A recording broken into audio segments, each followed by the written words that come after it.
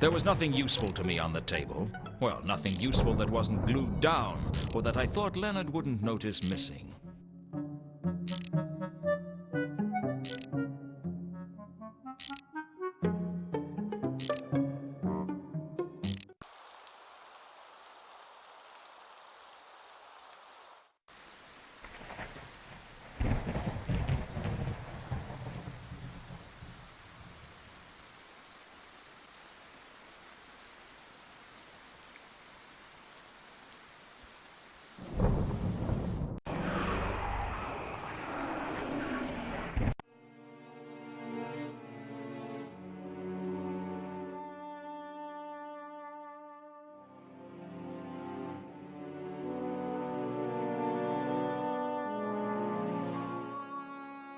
The floor of the observatory was decorated with the 64 signs of the zodiac.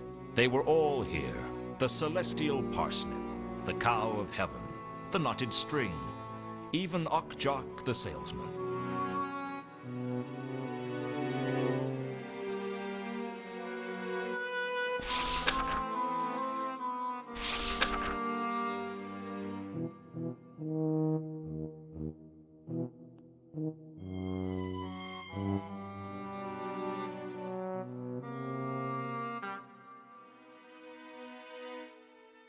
I looked at the star map and back to the mosaics. The map seemed to include a constellation. All I had to do was find out which one and tell the golem to move the telescope to look at it. Well, it was a plan of sorts.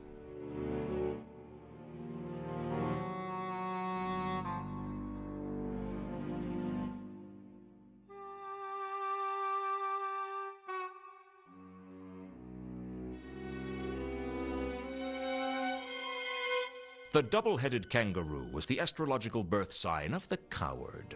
It had that characteristic quality of most constellations in that it looked nothing like what its name suggested. What it most resembled was a ball of string, and it was hence easily confused with the knotted string, which was the birth sign of the dismally confused.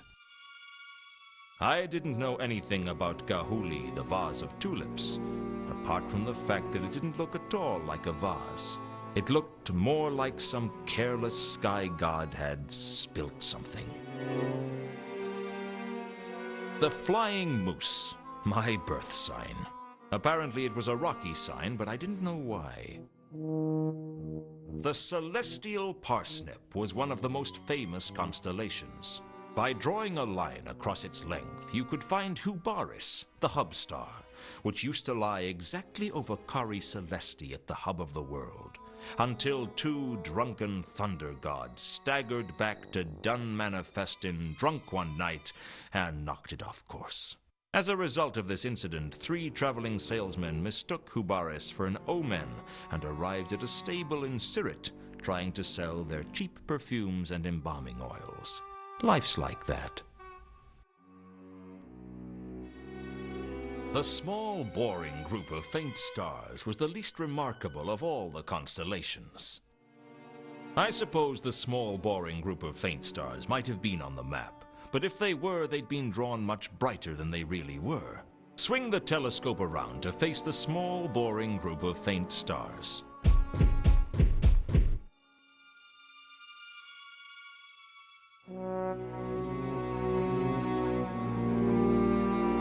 The stars seemed to be pointing at the Selachi Mausoleum. If the map was right, the jewel was somewhere inside.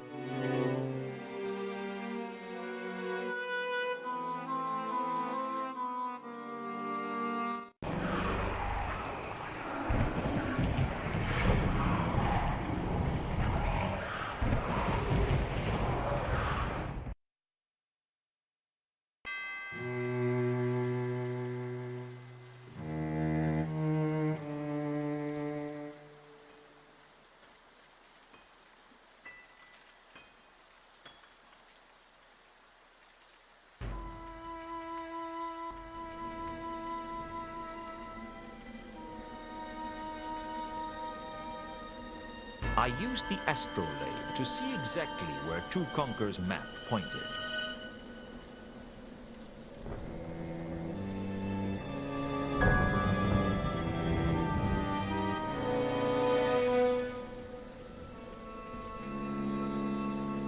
They seem to be indicating a grotesque in the entrance chamber.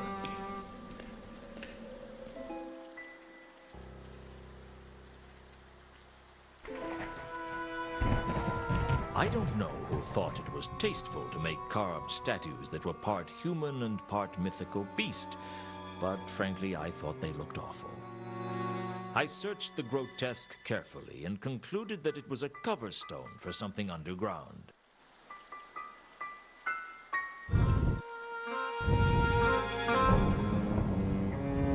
I pushed it, opening up the crypt below. The stale air told me that this chamber hadn't been visited in hundreds of years. In the gloom, I could make out a single sarcophagus.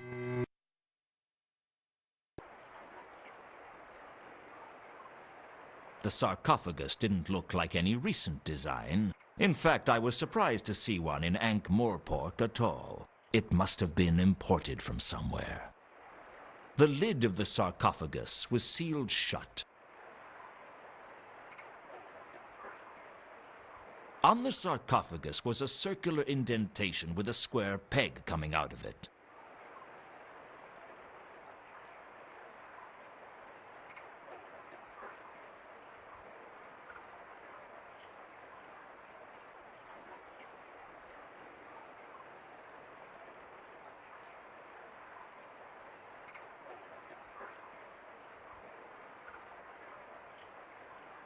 Mundy's coin fitted the indentation perfectly, and with it, I could easily turn the peg.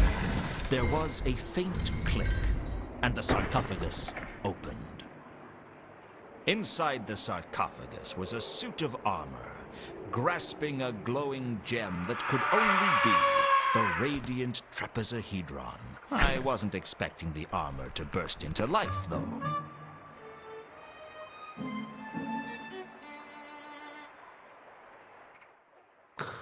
Thanks a lot. 400 years I wait for you to come and let me out. And the first thing you do is cut my arm off. It'll take ages to sew back on. I'm sorry. I just sort of acted reflexively. So you instinctively cut the arm off people you meet? If they come bursting out of a coffin, yes. It's a sarcophagus. A very nice sarcophagus. Donated to the Order by some nice people in Jelly Baby. And you're vitally impaired. Vitally impaired? What's that supposed to mean? Call a spade a spade. I'm a zombie. Right? If that's the way you want it, I need that jewel. I'm sure you do. But first, you must answer the riddle and prove your worth. The riddle? Indeed.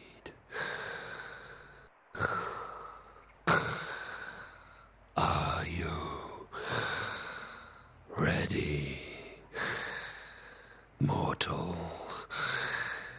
This is ridiculous. I'm in a real hurry and I need that jewel. Oh, please. I've been here for 400 years. Please let me ask the riddle. Make it fast. All right.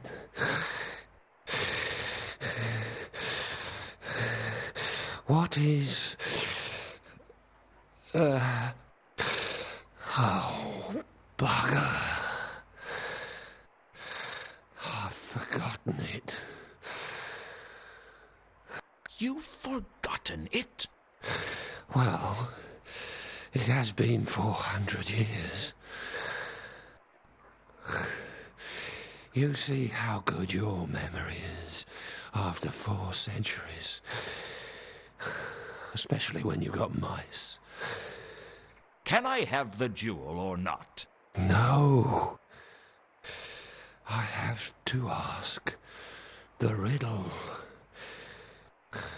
How else am I going to know if you're a follower of the dark cults?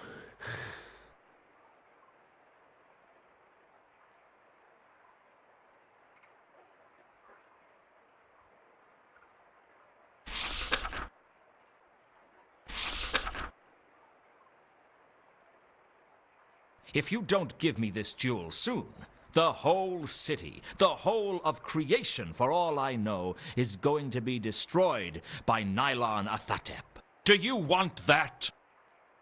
Of course not. Well? Well, I need proof that this entity is the threat that you say it is. I mean, there's entities, and there's entities. Tell me, what were you before you became a knight? A civil servant of some sort, maybe? I was a tax collector. How did you know? Just a hunch.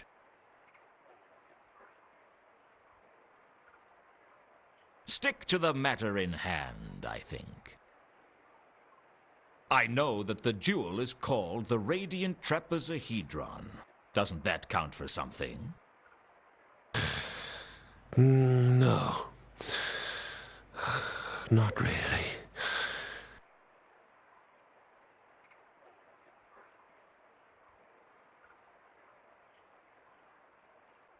Look, I have the golden falchion. Surely that counts for something. Oh, I knew you had the sword, but that's no help. If you're on the side of darkness, and you have the falchion, then I definitely can't give you the jewel. How did you know I had the sword? I saw you coming in the jewel. Really? Did you see anything else? Oh, I've been watching the progress of the sword since I got here. In which case you must have seen Mundy hide the sword in the crate, and me recover it from Vault 51. Yes, I did. So, you saw me killed by Anu Anu. Oh, yeah. That big dog creature. How did you survive that, by the way? Carlotta had turned me into a werewolf. I thought it might be something like that. They never give you the whole story with those cliffhanger endings. I remember 200 years ago when I saw someone go off the cliff in a cart. Only it turned out he actually leapt clear at the last minute. I call that cheating. Anyway, did you see when Anu Anu summoned Nylon Athatep? Oh, I see. That's what the big cosmic horror was then. What did you think it was? Well, I thought it might just have been fog. The reception in here isn't very good. If you saw all that, you must know that I'm not with the forces of darkness. Hang on. You were there when this cosmic horror was summoned? Yes. Then why didn't you stop it? I was being restrained. Come on, just give me the jewel. No can do. You saw me defeat Satrap. Wasn't that enough? Didn't you hear what he said? No sound with the jewel. I'm afraid you just get pictures. Do you know what's most ridiculous about this? If I was with the Dark Sect, I'd just use the sword to kill you, and then just run off with the jewel. You know, that's a very good point. So I'll tell you what I'll do. Either give me the jewel freely, or I'll pretend I'm with the Dark Sects and I'll just take it. You're not leaving me many options. Jewel, please. Here you go.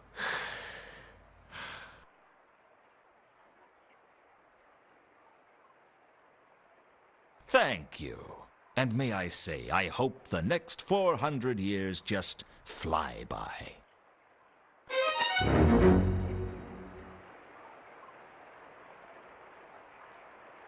Horst, I was wondering where you had got to. Then we have been engaged in similar pastimes. Luton. Ilsa.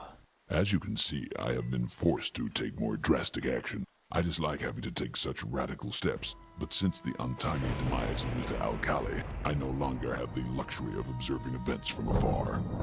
Let her go, Horst. Let her go, Mr. Luton? You make it sound as if she is my prisoner. I am merely keeping her well protected against the more hostile elements of this wretched settlement. Let her go. That is precisely my intention, Mr. Luton. But first, you must fulfill your agreement with me. You want the sword? Indeed. You agreed to bring me the sword, and I'm here to collect. No deal, Horst. I need the sword to stop Nylonethotep. Indeed. And what might that be, sir? It's a creature from the dungeon dimensions, and it's loose in Ankh-Morpork. That's as maybe. It still doesn't change our agreement. You promised me the sword, sir, and I am here to collect. If I give you the sword, thousands will die. Oh, come now. The world is full of people. What are the lives of those insignificant specks compared to our own desires? We, sir, are a breed apart from most people. We see what we want, and we take it. If a few tiny lights have to be extinguished to achieve our goals, then that is unfortunate. But it is of little consequence. We're not talking about a few lights. We're talking about a few thousand lights. Maybe hundreds of thousands. Then we will have to learn to live in the dark. I can't do it, Horst. Oh dear. I thought you were a man of your word, sir, but it seems I was mistaken. Very well. Then I am forced to take more drastic action. I don't know how much pressure it would take from my fingers to suffocate the young lady here. And I'm not entirely sure that I wouldn't apply slightly too much pressure and snap her spine. However, you have forced me to experiment. Luton. Oh. All right, Horst. You win. Let her go. Excellent. I thought you were a man of reason, sir, and I was right. I admire a man who is not so stubborn as to throw away what he values just for his stubborn pride. You've got what you wanted, now let her go!